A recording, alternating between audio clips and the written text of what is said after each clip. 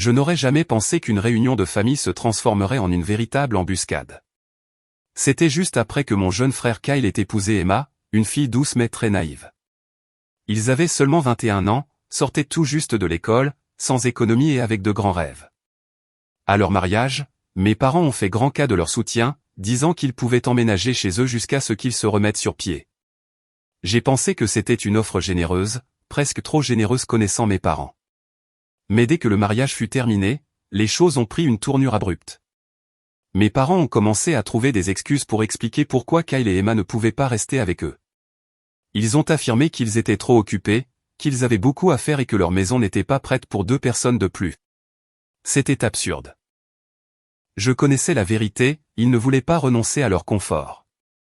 Ce qui a rendu les choses encore pires, c'est qu'Emma n'avait personne d'autre vers qui se tourner. Ses 2 parents étaient décédés dans un accident de voiture quelques années plus tôt, et elle n'avait pas de frères et sœurs. Elle se débrouillait seule depuis lors, faisant des petits boulots pour joindre les 2 bouts jusqu'à ce qu'elle rencontre Kyle. Je ne pouvais pas imaginer à quel point cela devait être effrayant pour elle d'entrer dans notre famille, d'autant plus que mes parents n'étaient pas exactement connus pour leur chaleur. Voyez-vous, mes parents venaient de toucher un énorme héritage de ma grand-mère, décédée quelques mois plus tôt. Grand-maman leur avait tout laissé, sa maison, ses économies, même des terres qu'elle possédait. Ils n'ont pas perdu de temps à vendre les terres et à empocher l'argent. Je me souviens qu'ils se vantaient d'avoir attendu ce moment depuis des années, comme s'ils l'avaient mérité. Ça me rendait malade. Grand-maman avait travaillé si dur toute sa vie, et il traitait son héritage comme un jackpot à la loterie. Quand Kyle et Emma ont demandé à emménager, mes parents ont catégoriquement refusé, mais au lieu d'admettre leur égoïsme, ils se sont retournés contre moi. Ils ont organisé une réunion de famille chez eux, et j'y suis allé en pensant qu'il s'agirait de trouver une solution pour Kyle et Emma. Au lieu de cela, c'était une embuscade. Mon père s'est raclé la gorge de façon dramatique et a dit, « Tu te débrouilles bien, n'est-ce pas? Tu as ton entreprise, pas encore de famille, et tu es stable. » Je n'aimais pas où cela menait. « Je travaille dur pour rester stable », ai-je répondu. Exactement, a renchéri ma mère, comme si je venais de prouver son point.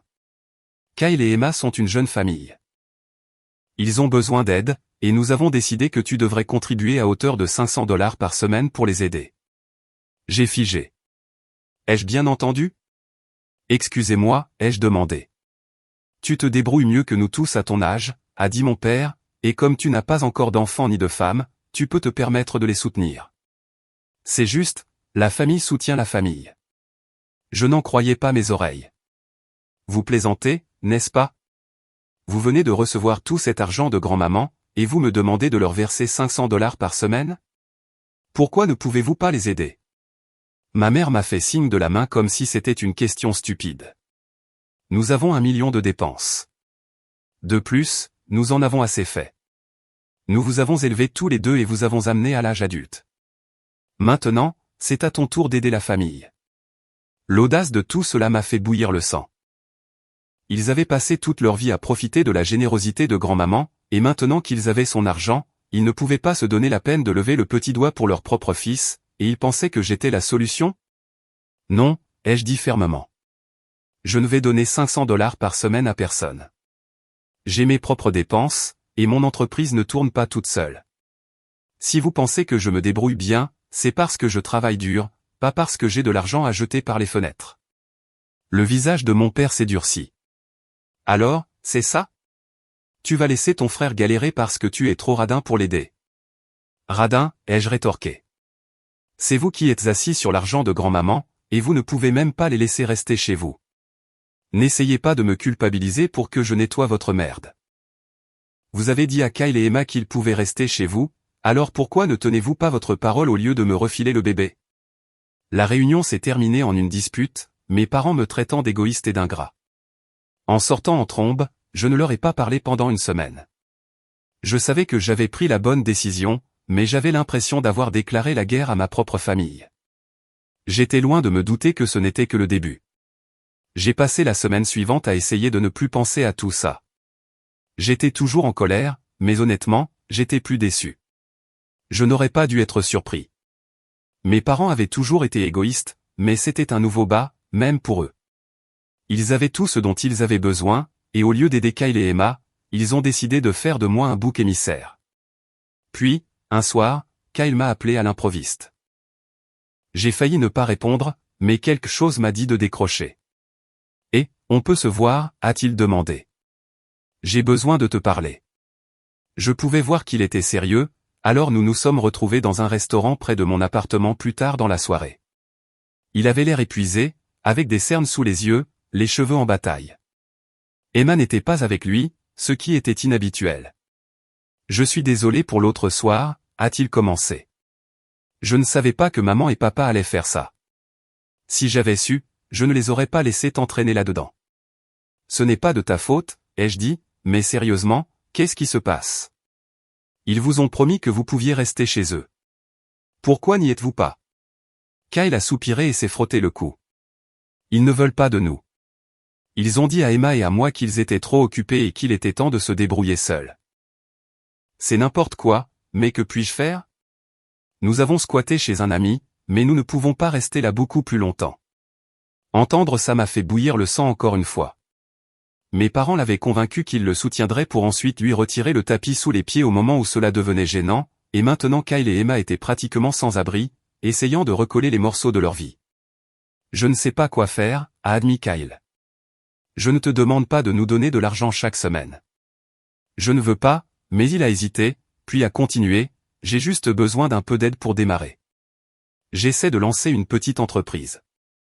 Emma cherche du travail, et je couds des vêtements à vendre en ligne, mais je veux ouvrir une boutique.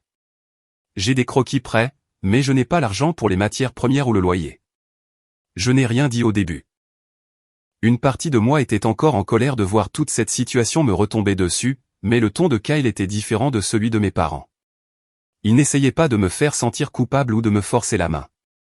Il était juste désespéré. « De combien as-tu besoin ?» ai-je finalement demandé. « Je pourrais commencer avec $6 000, a-t-il dit, assez pour acheter des matériaux et couvrir quelques mois de loyer pour une petite boutique.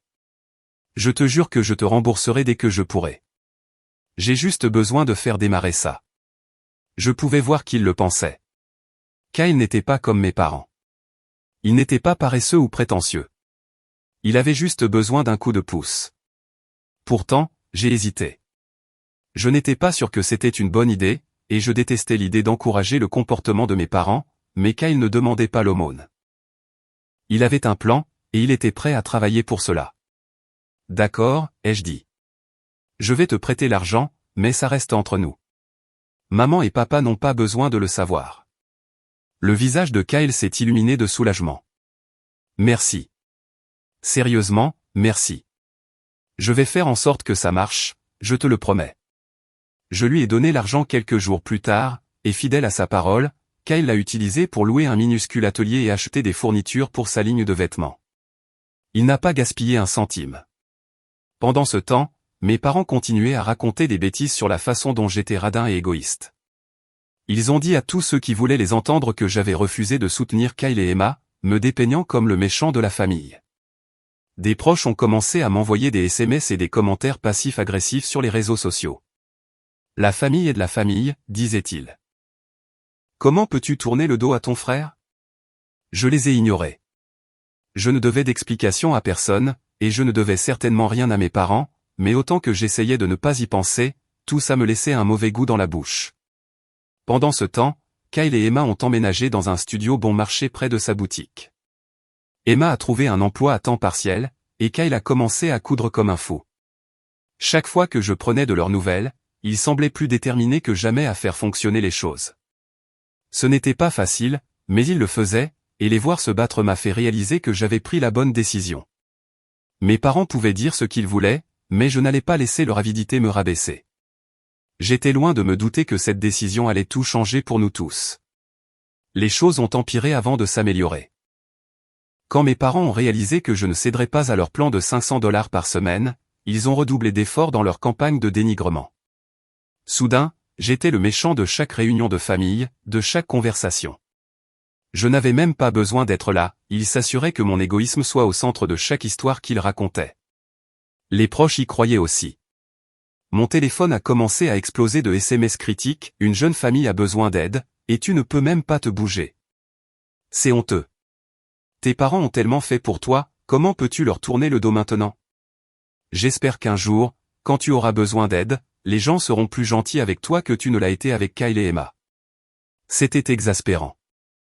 Aucune de ces personnes ne connaissait toute l'histoire, comment mes parents avaient promis d'accueillir Kyle et Emma pour ensuite les laisser en plan, comment ils venaient d'hériter d'une fortune et refusaient pourtant de dépenser un sou pour les aider. Et bien sûr, personne ne savait que j'avais secrètement donné 6 000 $ à Kyle pour lancer son entreprise.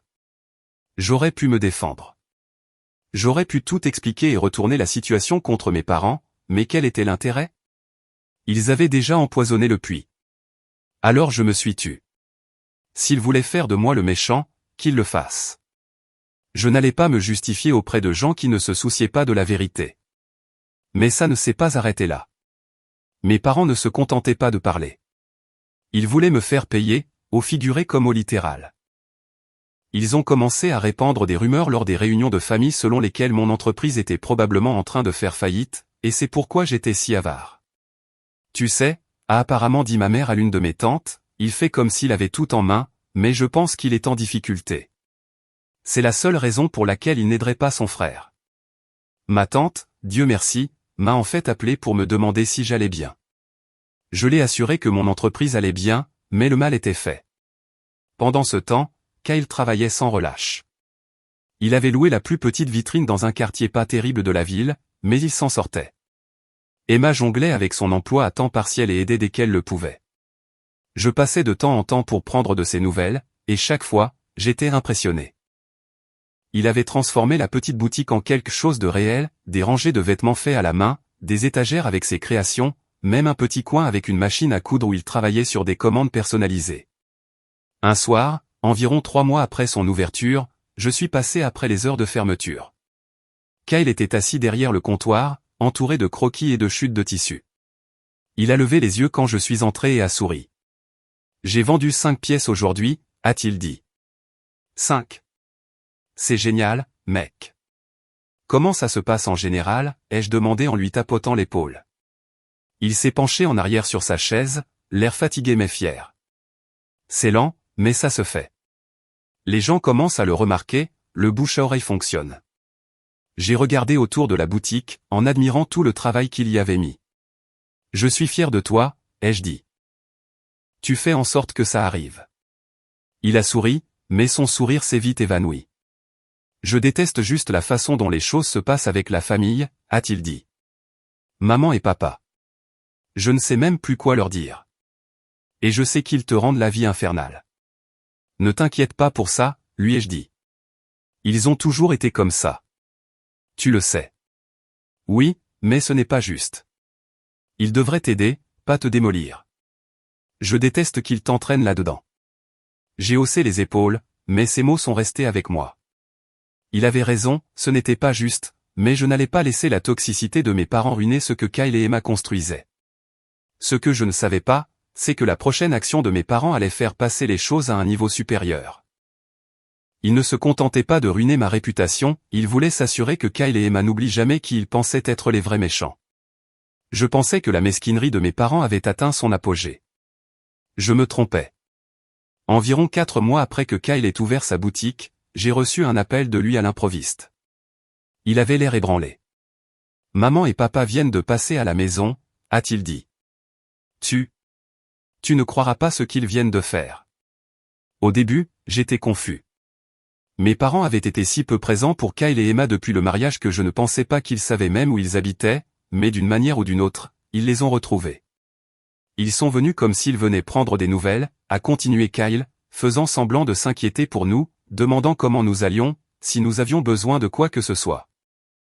J'ai pensé qu'ils allaient peut-être enfin changer d'avis, mais ensuite, papa lâche avec désinvolture, alors, quand allez-vous commencer à nous aider? Les aider? Avec quel argent? Kyle a dit sèchement. Ils m'ont dit qu'ils avaient tellement fait pour nous, et maintenant que nous sommes mariés, il est temps de rendre l'appareil. J'ai presque ri de l'absurdité de tout ça. Rendre l'appareil? Qu'est-ce que ça veut dire? La voix de Kyle s'est tendue. Ils veulent que je leur donne 300 $ par semaine.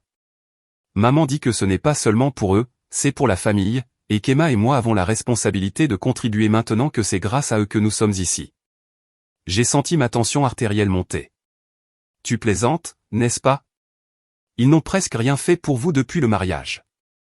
Qu'est-ce qu'ils pensent que vous contribuez? C'est le meilleur, a dit Kyle. Ils pensent que je fais juste un simple travail de vente au détail ou quelque chose comme ça. Ils ne sont pas au courant du magasin, de la couture ou de quoi que ce soit. Je ne leur ai pas dit parce que honnêtement, je ne voulais pas avoir affaire à leurs opinions ou à leur ingérence. Cela m'a surpris, mais cela avait aussi du sens. Kyle s'était concentré sur la construction de l'entreprise, il avait probablement évité nos parents autant que moi. Alors, qu'est-ce que tu leur as dit, ai-je demandé. Je leur ai dit que nous ne pouvions pas nous le permettre, bien sûr. Tout ce que nous gagnons va directement au loyer et aux fournitures, et le travail à temps partiel d'Emma couvre à peine la nourriture, mais tu sais comment ils sont, ils n'ont pas accepté de réponse. Laisse-moi deviner, ai-je dit, ils ont commencé à te culpabiliser. Kyle a reniflé. À fond. Maman s'est lancée dans un long discours sur les sacrifices qu'ils avaient faits pour nous, et sur le fait qu'ils méritaient d'avoir quelque chose en retour. Papa n'arrêtait pas de répéter que c'était notre devoir en tant que famille de nous bouger, et quand je leur ai dit non une fois de plus, ils t'ont impliqué. Bien sûr, ils l'ont fait, ai-je murmuré. Ils ont dit que si tu avais accepté leur plan, rien de tout cela ne serait arrivé. Ils sont convaincus que tu es la raison pour laquelle tout est si difficile pour eux en ce moment. Je ne pouvais même plus être surpris. Mes parents étaient prévisibles si rien d'autre.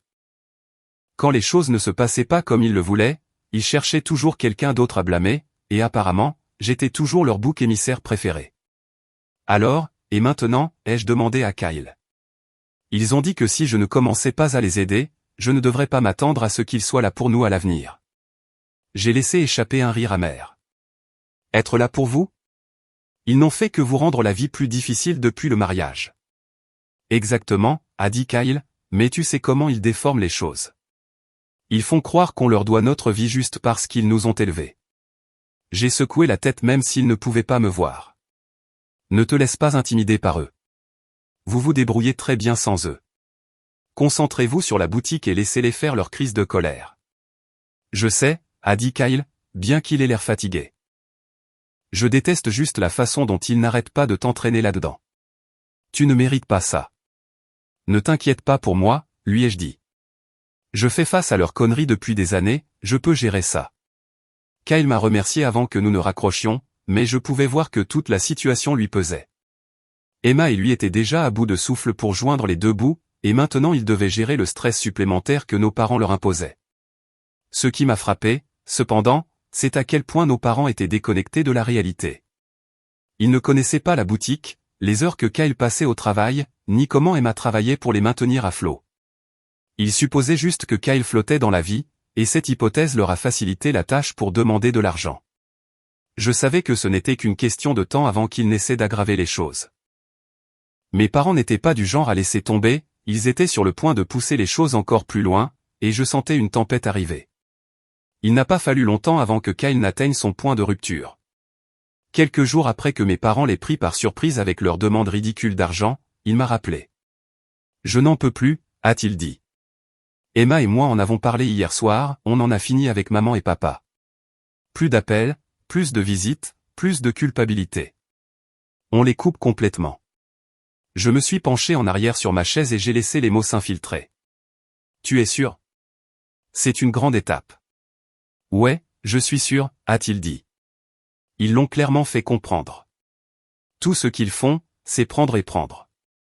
Ils nous ont laissé tomber quand nous n'avions nulle part où aller, et maintenant que nous nous débrouillons seuls, ils veulent arriver en fanfare et s'attribuer le mérite.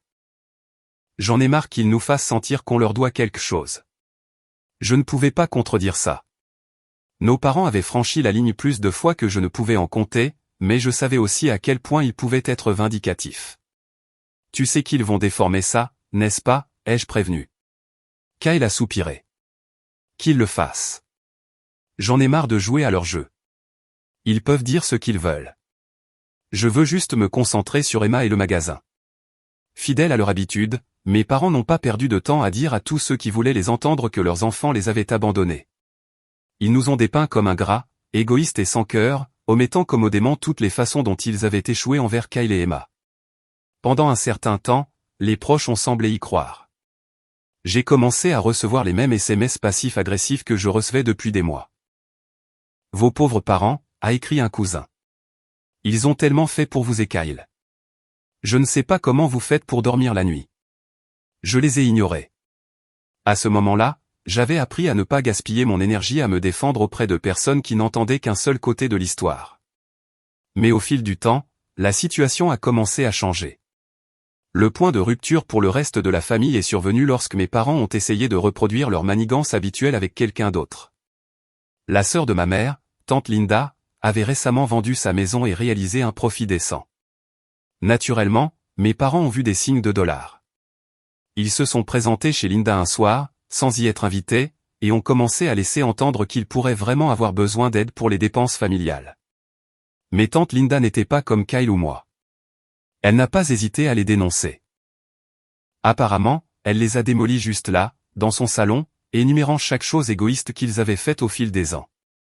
Elle a mentionné comment ils avaient dilapidé l'héritage de grand-maman, comment ils avaient refusé d'aider Kyle et Emma, et comment ils avaient menti à toute la famille à mon sujet. Au moment où elle a terminé, plusieurs autres proches avaient entendu l'histoire, et la vérité s'est répandue comme une traînée de poudre. Soudain, les proches qui avaient été si prompts à nous juger ont commencé à reconsidérer leur loyauté envers mes parents. Un par un, ils ont commencé à prendre leur distance. Les conversations de groupe familial se sont faites plus calmes, les invitations aux événements ont cessé d'arriver, et mes parents se sont retrouvés en colère, incapables de comprendre pourquoi leur vie ne fonctionnait pas. Pendant ce temps, Kyle et Emma prospéraient. L'entreprise a progressé lentement mais sûrement, et après environ un an, ils avaient économisé suffisamment pour quitter leur studio exigu et emménager dans un appartement plus agréable de 2 chambres. Peu de temps après, Emma a donné naissance à leur fille, une belle petite fille nommée Lily. Quand Kyle m'a appelé pour m'annoncer la nouvelle, je pouvais entendre la fierté dans sa voix. « Elle est parfaite », a-t-il dit. Emma se porte très bien aussi. Je n'aurais jamais pensé pouvoir être aussi heureux. Je suis allé leur rendre visite une semaine plus tard, et voir Kyle tenir sa fille pour la première fois est quelque chose que je n'oublierai jamais. C'était comme si tout le stress, toutes les luttes en valaient la peine. Il avait construit cette vie de ses propres mains, et maintenant il avait une famille à partager. Peu de temps après la naissance de Lily, Kyle a commencé à me rembourser les $6 000 que je lui avais prêtés. Au début, il s'agissait de petits versements tous les quelques mois, puis environ un an plus tard, il s'est présenté à ma porte avec une enveloppe. Ça devrait régler le reste, a-t-il dit en me l'attendant. Je l'ai ouverte et j'ai vu le solde restant plus un supplément de $2 000. C'est pourquoi le supplément, ai-je demandé. Kyle a souri. Pour avoir cru en moi, pour nous avoir aidés quand personne d'autre ne le voulait. Je ne serais pas ici sans toi, mec. Je ne savais pas quoi dire. Je ne m'attendais pas à ce qu'il me rembourse si vite, et encore moins qu'il ajoute quelque chose de plus, mais ce n'était pas seulement l'argent, il s'agissait de voir Kyle et Emma enfin réussir après tout ce qu'ils avaient traversé. Quant à nos parents, eh bien, ils sont toujours amers. Kyle les tient à distance, ne les contactant que lorsqu'il y a de grandes nouvelles comme la naissance de Lily. Quand ils appellent ou envoient des SMS, c'est presque toujours parce qu'ils ont besoin de quelque chose, et Kyle est rapide à les rabrouer. Ils ne peuvent pas faire comme si de rien n'était, m'a-t-il dit un jour. Ils ont fait leur choix, et je ne vais pas faire comme si tout allait bien juste parce que c'est pratique pour eux. Nos parents détestent ça. Ma mère envoie toujours le texto de culpabilisation occasionnel à propos de la façon dont Kyle fait comme si le passé ne s'était pas produit ou le sort de sa vie, mais Kyle hausse simplement les épaules. Après tout, Emma et lui ont construit une vie dont ils peuvent être fiers. Ils élèvent leur fille dans un foyer heureux et stable, à l'abri du désordre toxique dans lequel nos parents ont essayé de les entraîner, et franchement, les voir réussir a été l'une des choses les plus satisfaisantes que j'ai jamais vécues.